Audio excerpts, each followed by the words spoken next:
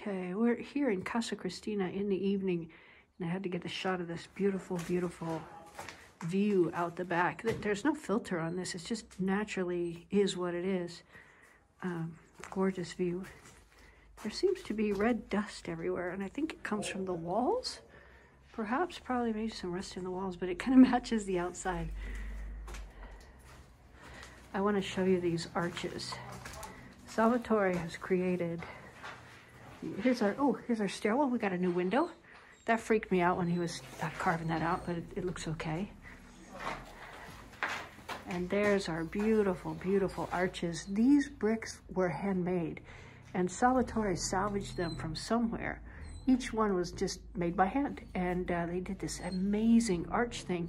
And you'll see it's not a huge space, but this doesn't take up that much room. It really is a nice division of space, and it kind of sets off the arch in the front there. So we're well on our way here. Casa Cristina will be up and running very, very soon. So stay tuned for more beautiful features and more design ideas from Antonello and Salvatore.